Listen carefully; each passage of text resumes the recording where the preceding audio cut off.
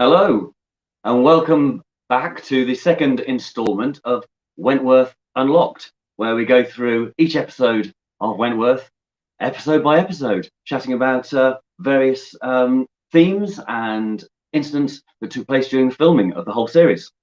Now, we got off to a cracking start last week with Danielle Cormack chatting to us about episode 1. And this week, we have a guest who has never done one of these online events with us before and hasn't even done one of the live events here in the UK. So it's an absolute pleasure to have this particular actor with us. And we're sticking with the Smith family theme, as we had B last week. This week, we're going to be meeting B's husband, Harry, Jake Ryan. Hey John, hey guys, thanks for having me. Hello there.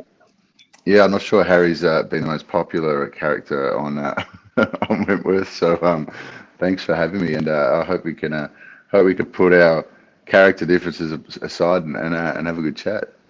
Yeah, absolutely. You're right. I can't imagine you got a lot of fan mail praising the character. Did you get much feedback from the audience? Yeah, I got a lot. It was a lot of I found it was one of my first jobs actually, like as an actor. So I was very raw and didn't really know what I was doing, to be honest. And there was a lot of I used to work in a pub in Melbourne, and I used to cop a lot of flack from from some of the people. There was a few people that wouldn't let me serve them, and they really took Harry to heart. So it was that was really interesting to see that side of it. But I mean, I completely understand. He's a pretty horrendous pig of a man. So yeah, it was definitely a. Yeah. Hey Melissa, how you going? Oh, thank you, Melissa. Sorry, I just saw that the question come up. My eyes are still adjusting to this morning light, but yeah, no, thank you, Melissa. What time is it for you?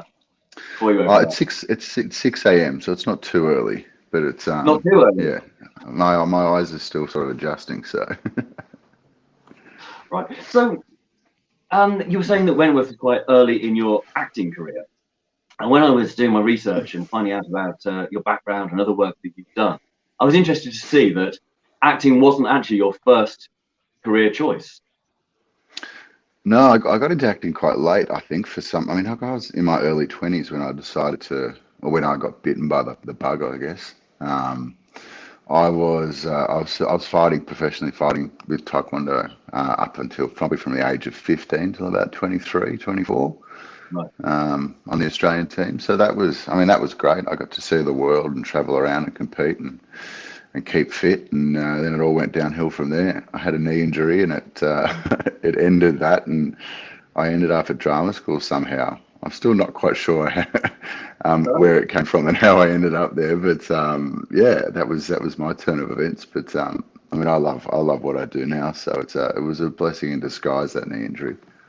That is quite a turnaround there in careers, isn't it? From sport and Olympic aspirations to acting. Hey Sarah, sorry, there's another little question down there. Oh, thank you again. I had a ball playing Harry alongside Danielle, so it was a big challenge. But yeah, I thoroughly enjoyed the experience. It's actually quite funny. There's a lot of similarities between sort of a professional sport and acting with that I sort of draw on quite often. So I think in some way it was probably a good training ground for me. If I'd got into it when I was in my teens or early 20s, I probably wouldn't have lasted very long. So I think having that background, it still serves me today. I sort of draw on lessons that I learnt in that sort of side of my life, and yeah, I mean it's fun every now and again. You get to sort of marry the two and play something that's a bit more actiony and stuff. So yeah. So, other than the action side of acting, what other similarities do you see between acting and sport? I mean, the hard work and the preparation is definitely, if you walk into a fight and you haven't been training and you're underprepared, you're going to get your ass kicked. And it's the same as, if I rock up on set with someone like Danielle, who's an absolute powerhouse, if you're not prepared, you haven't put the work in and you're not ready to make brave choices, and you're going to get eaten alive. So not just on the screen, but by the, by the whole experience. So that discipline, I think, is really helpful.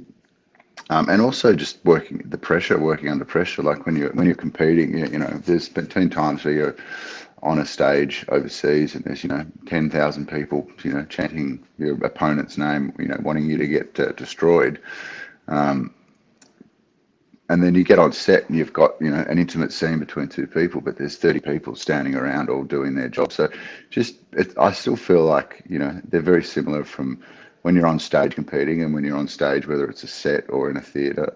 It's the same feelings, the same nervousness, and the same pressure you put on yourself. So having years of that experience, I think, helps me relax a bit more on set. I hope, anyway. It's interesting saying people calling people get destroyed. Well, I think there were certainly a lot of audience members out there that were hoping Harry would get his comeuppance at some point, which he certainly did. Yeah, it's funny because when I initially I was pretty hesitant to take the role, to be honest, because at the time I had a girlfriend at the time. I have a mum, I have a sister, I have a sister-in-law, and it just, I don't know, it just didn't sit right with me to be sort of portraying a character like that, and I didn't think I could do it, and it just made me feel quite icky. But it wasn't until I actually spoke to a couple, survivors of domestic violence abuse, some women that encouraged me to take it, saying that this is a story that needs to be told, and to be a part of potentially giving some girl or woman out there the courage to stand up to a man or ask for help was a really important that was a really important sort of flag to fly. So that really encouraged me to put my own feelings, I suppose, and ego aside, and this is the greater good of hopefully there's someone out there, even if it's one person, watched that and gave them the courage to speak up against their abusive partner. I think that was worth it. So that sort of gave me a lot of warmth to dive in there and give it the most sort of the best, strongest performance that I could possibly do. And I mean, then you get to work with Danielle Cormack as well, which was like, she's a powerhouse and still to this day one of my favourite actors. So you clearly had a lot of respect for Danielle. Oh, I love her. I did my first ever job was with Danielle, actually, a few years before that on Underbelly. We did the 1920s Underbelly Razor together, and she was playing Kate Lee, the head of the Razor gangs in the King's Cross in Sydney, and I was playing one of the coppers who used to butt heads with her all the time. And yeah, she ate me alive, and I learned a lot from that, my first job. So then a few years later to have that chance to work with her again in such a well-written, important story was awesome. That part of making the decision was easy. The fact that you had that history, that you had actually worked with each other previously, do you think that actually helped, considering you had such brutal scenes to do on screen together in Wentworth? Don't know. I'm not sure if it did. I don't even know if the producers knew that we worked together. I mean, possibly, but I mean, I was very young when I did that. It was my first ever job, the Underbelly, so I was terrified, and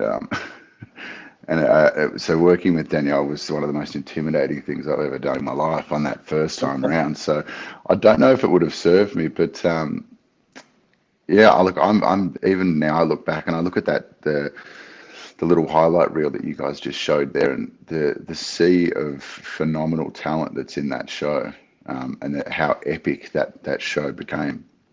It's and I really sort of pinched myself, and I'm very grateful to have been given that chance, because I still don't know how I got that role of Harry, to be honest. I'm sure there would have been some pretty top shelf blokes out there putting auditions down for that. So I'm very grateful for Joe and for Kevin Carlin, the director, and those guys that saw, had a bit of faith and saw something in and thought that I could pull it off. So yeah.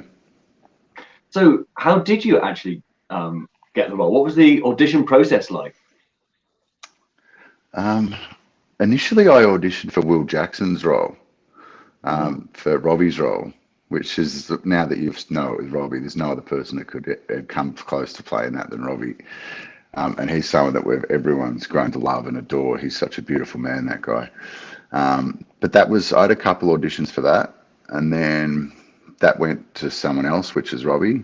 And then I think it was a few weeks after that they sort of asked me to audition for another role, and they said, look, it's a quite small role, but it's an important, pivotal role in the story, and have a read. And yeah, as I said before, I was pretty. I read it and was like, oh God, this is a full-on role and it's quite juicy. And I didn't think I could pull it off ability-wise. I didn't think I had the experience, but I also was really nervous to be, diving into the deep end with that kind of stuff. So, but at the end of the day, sometimes those things, you do your best work when you're scared and you're you're taking a leap off the edge of the cliff. So, I mean, yeah, it was terrifying, but Danielle she sort of could see that as this young sort of doe-eyed actor coming in trying to portray this evil man. She sort of really, she pretty much held my hand through the whole thing when it probably could have been the other way around. She was so supportive and so encouraging for me, and gave me the permission and allowed me to really give 150% with that. So now we have a question here from Kirsty. Did you know Kirsty. before you were cast that it would be a very short-lived role? Yeah, well, initially it was just going to be season one, I think. Hi, Kirsty. Thanks for your question too. Initially, I think it was just going to be season one. I don't know if they had any intentions of bringing Harry back. So the fact that it went on to season two, and then I think there was one tiny little flashback or something in season three. But I was grateful to come back for season two. I had so much fun in season one. So that was never the plan. So I don't know if they knew that, but I definitely didn't know that I would be back after a few episodes. So. Well, you certainly fared better than the original Harry Smith in Prisoner, who got one scene. He opened the door, asked Bea what she was doing there, and Val Lehman shot him in the gut. So yeah, you fared better than he did. Well, there you go. I didn't even know they had a Harry Smith actually in the Prisoner. So very briefly. I better have to look. When you with Prisoner, had you watched the original series? I'd watched bits of it. I definitely knew of it. And then even at first when I read it, I was like, oh God, why are they going to remake this? This is a silly idea. This will never work. And then, lo and behold, it's probably one of my favorite shows still to this day. And the success of it is phenomenal. I mean, I think they could go on for another 10 years if they wanted. The writing's so good on this. The performances are amazing. The girls are just powerhouses. And it was such at the forefront of, a female-led strong woman show in Australia back when it started was unheard of. So it pioneered so many other shows, I think, and has launched so many careers. And that, like the women that I worked with on the show are just, there's some strong performances there that are just, blew me away and did for 10 more years. So sorry, it's my dog's barking. Gigi. That's all right. Who's that? It's my little dog, little French bulldog, Gigi. She's just waking up. She's getting her guard dog protected. If you want to come and Zoom bomb you, that's fine. Yeah, I'm sure my son will wake up soon. He'll come and say hello. So you talked a lot about Danielle. You've mentioned the other cast. How much did you see the other cast members? Because obviously most of your scenes were done with Danielle or Georgia. Yeah, exactly. Oh, I mean, there was a green room there. It was the first season or first two seasons were shot in an old. They had sort of like an old. I think it was a warehouse of some sort, an office building. So they had like a set area that was where your, the green room and that. I did actually feel like I knew. Like it was pretty intimidating being one of the only guys there on set. And lucky I had Robbie Megasiva there and then Aaron Jeffries was there as well. So I didn't have that much time with them, but I definitely, I felt like I knew what it would be like for a girl to walk into a football team club, like change rooms or something, as in these girls were just, that was their territory and they were the bosses and, I was an outsider coming into their domain, so it was, which was great to sort of, usually it's, especially in an industry that has been, quite male dominated, with those lead roles and stuff in a lot of shows. So it was so good to see these girls, and they carried it. I got to spend a lot of time with Boomer, who's my favourite. Katrina's a sweetheart. I love her. Sharina Clanton as well, and to spend. I was in awe of all these because a lot of these women I'd been grown up and watched on shows and in films as well. So to be sitting there, in a green room with them and getting to know them and, they were very encouraging, and they're such a supportive bunch there, especially being a character which everyone hated and, you know, had to do some pretty atrocious things. The support there was from all the girls was pretty awesome. They definitely made me feel comfortable and welcome in their domain. So Now, we've had Robbie over here in the UK, and himself and a lot of the other cast members have mentioned how Aaron and Robbie created their own man cave, essentially, somewhere that they could go. Were you ever permitted to go in there? yeah, I think Rob invited me in there one day, but I was too scared to. I was more. I wanted to be on the team with all the girls, so I was like, oh, I'll stay out of the man cave. I'll stay with the girls because if it kicked off, I think they would win in a fight. The girls, so that actually just made me reminded me of a scene I had with Robbie. And Robbie, I mean, obviously you guys know Robbie. He's one of the funniest gentle giants you've ever met in your life. He's hilarious. I remember having a scene with him. It might have been outside in the car park, and I was being quite aggressive towards him, whatever. And there's a scene they wanted me to slap a funeral pamphlet or something onto his chest. And every time I did it, Robbie would just sit there and start flexing his chest muscles on my hand, and it would make me go. And I'm meant to have a straight face and be quite angry at him, but every time I do it, he'd just be tensing like that, and my hand would be moving about 2 inches. But I wish I got to work with Robbie more because he's awesome, and he's such a great actor, but he's the kind of guy you want to be around all the time. He's an infectious, lovable teddy bear.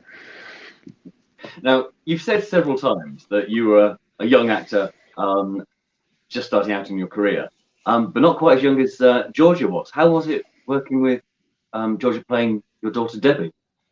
Oh, she's phenomenal. You could just tell at a very young age. I mean, her career is taking off and she's done so much work, but you could tell she's a she's a highly intelligent young girl, and even back then was. And she's so smart and she's so creative, and her choices are just. I think this, you know, some people at a young age have a talent. I mean, they talk about talent. I mean, Georgia has that in spades. And did at a very young age. And to sit back, I was in awe just watching her work and the way she'll talk about scenes and the way we discuss things going into it. She was like an old soul that had been working for 35 years in the industry. And then her performances are phenomenal. Like her whole storyline was, you know, it was so real, even for me to watch. It's not often you'll watch a show that you're involved in and become too emotionally attached because you're been there on the inside of it, so you see it's hard to be emotionally attached to it. But George's storyline blew me away. She's a phenomenal talent, that girl, and an absolute sweetheart. So I really hope her career just keeps climbing and climbing and climbing because she deserves it. She's a special artist, that one. Well, let's talk specifically about episode 2, be the focus of today's chat. Starting with the first scene between Harry, Debbie, and Bea on the phone, where Harry's very much showing his control freak elements, where he's preventing Debbie from communicating with her mother. Yeah. Was that done on location, or was that actually a set to Smith Family Home? So they had the visitor centre was on location, but we actually had someone's house, and it was close to where we were shooting. That we used for the interior, and I think some of the exterior as well, which was quite funny because we'd meet this lovely family that were handing over their house to us, and there was all this crazy stuff going on, and you know, with their kitchen table and the fights and the garage and everything, and you know, and that's a family home that they lived in, so it was, but they were really excited to have Wentworth film there. I'd suggested they're probably better off not watching those scenes, but. But yeah, that was a real house. We'll come on to a scene from episode 1 in a little bit, but yeah, there's certainly some brutal material filmed in that house.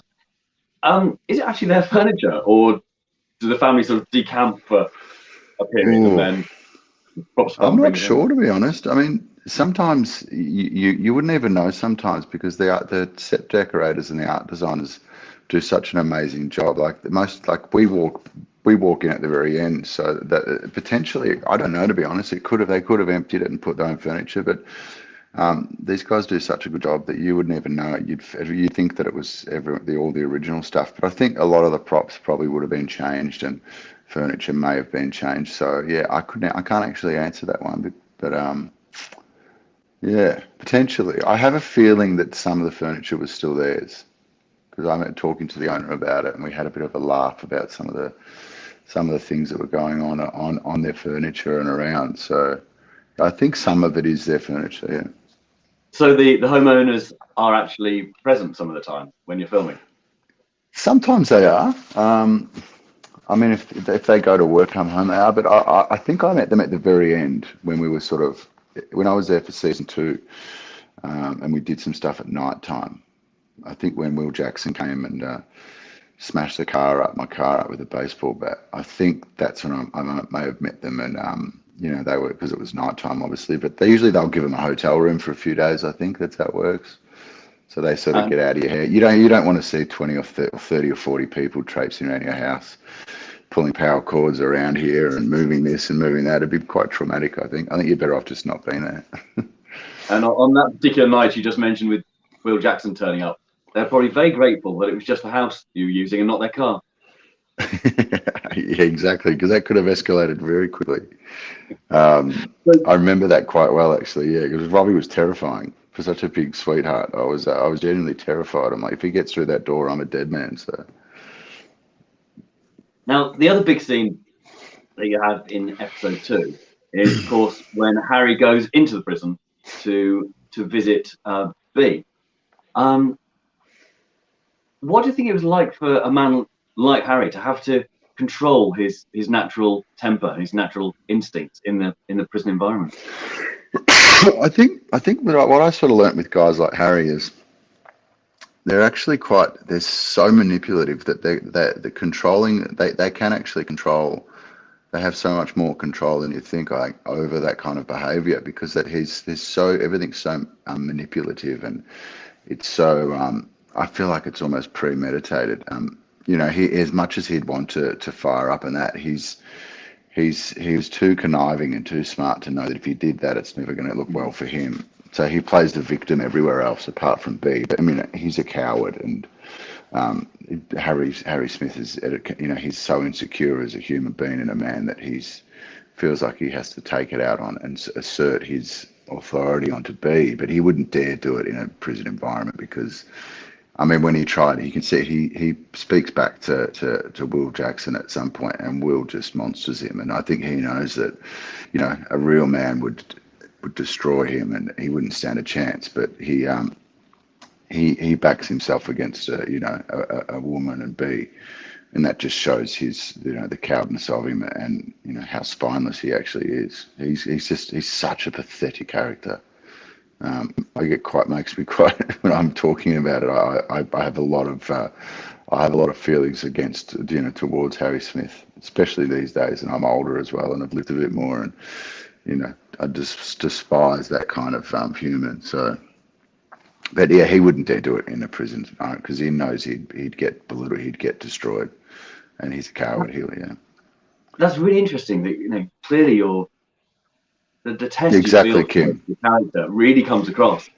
How was that playing that character and more unwinding at the end and coming out of it at the end of the shooting? At the end of the day? I mean, I sort of went into it and I started thinking of trying to work out how. I mean, you've got to be able to justify whether I agree with those actions or not, which I don't at all.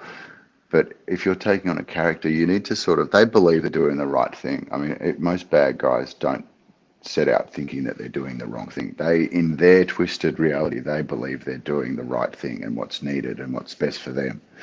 And it all comes, I think, I sort of, after, just my own sort of thoughts and researches, I felt that, Harry's a person who has to, for you to pull that off and to behave like that around your wife and your daughter, let alone anyone, you really have to be so insecure in your own self. And I think there's a lot of self-hatred and a lot of self-loathing that goes on with someone like Harry, that he has to project it and assert himself on a female character like B. And to me, the times that I've felt the most vulnerable and the most loathe my own existence. A lot of it was when I was carrying extra weight.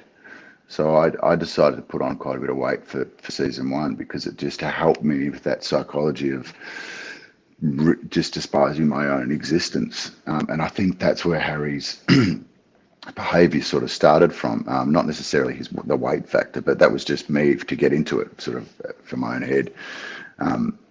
But that was sort of a starting point for me to sort of to work towards why he would act like that. And then just Kevin Carlin, who directed that first episode, was, he's years of experience, but he also is just he's an amazing technician. But he gave empowered me to basically give it everything I had.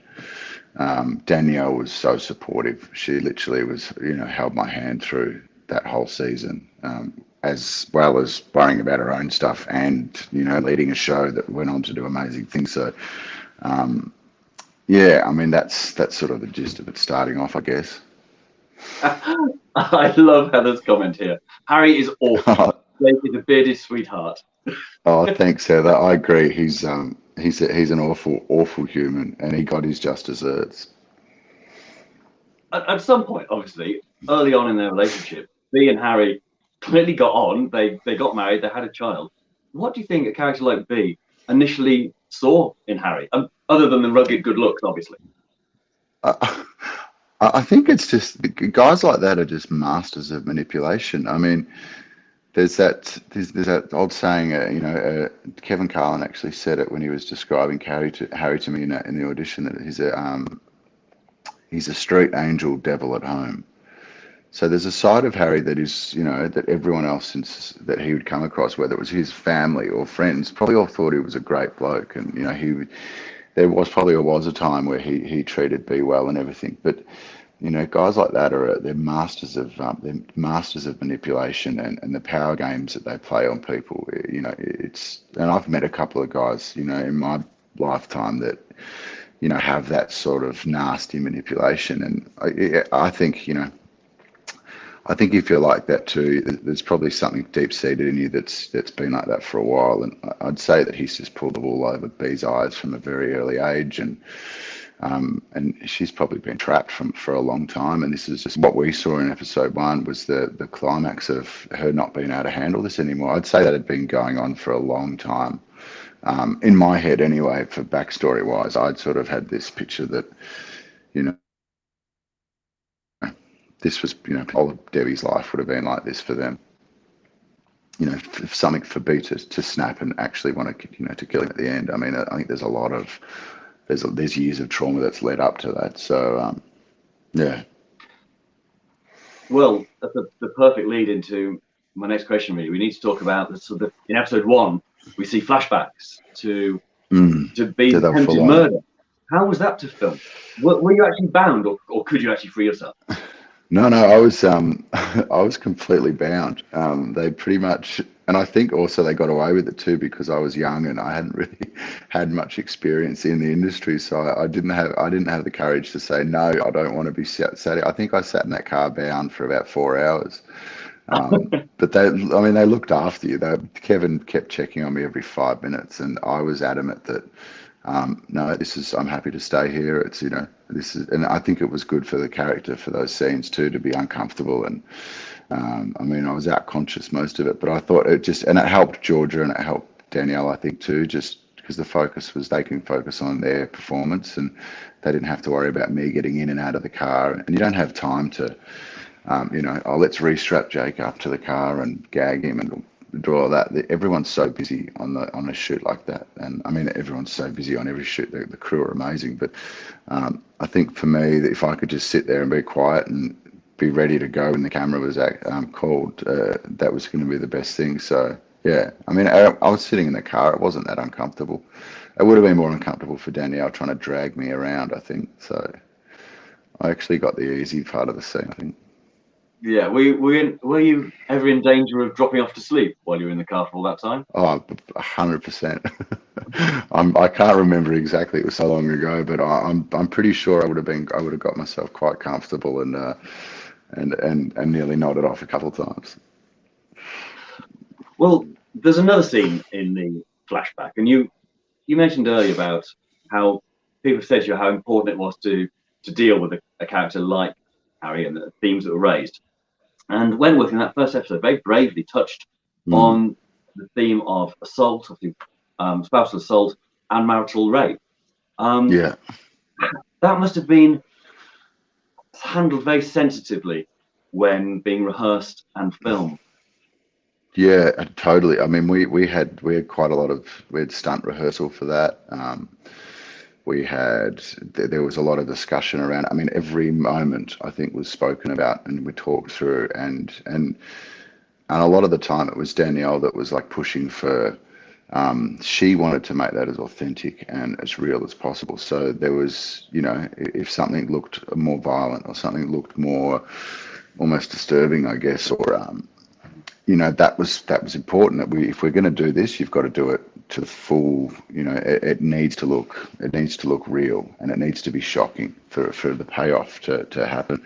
But that was all done with a lot of care, and so we had stunt people, stunt guys walking through that with us. We had stunt training for it, so we knew exactly what we were doing. We both knew what was happening and comfortable. And that was just the environment that Kevin, the director, created for us. He created this safe space where we both, we felt comfortable, although it was pretty, it's pretty heavy material, the amount of work that you put in before it, you get it to a point where it's safe and you're almost going through the motion, like I said, it's not a high.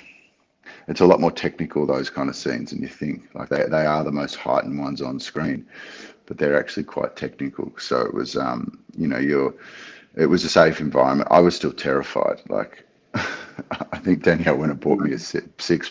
I think she went and bought me a beer or something afterwards, and but she understood too that I was, that I was probably more uncomfortable than her at that point. Doing that kind of material. And I think she I could sense that she could feel that, and she made me feel very comfortable, and made me feel that I could see that she was, looking forward to doing that and getting that sort of portraying that on screen for the show. So it gave me a lot of courage to dive in and give it all. Yeah. I think anyone watching this episode of Wentworth Unlocked now will be picking up on what a lovely guy you are, and how difficult that scene must have been to actually film. But it was brilliant, and I said it is a difficult but important issue to include, Yeah, because if you don't talk about things, they get swept under the carpet. 100%. And I think if you're going, what I loved about Wentworth, and they did it for the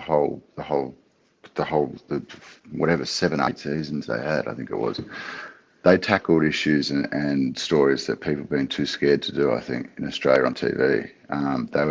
They were so brave with it. And if you're going to tackle that kind of stuff, you need to do it at 150%. You can't half-assed go in talking about if you want to make a difference and actually potentially reach a big audience, and you want the opportunity to potentially save a young girl's life down the track because she's watched a show like this, and it's given her courage to stand up to a bully, of a husband or a boyfriend. I think, and that was the best thing of hearing some stories of that from young girls that got so much courage out of this show that they stood up for themselves. And, I think to me it was all worth it then. But yeah.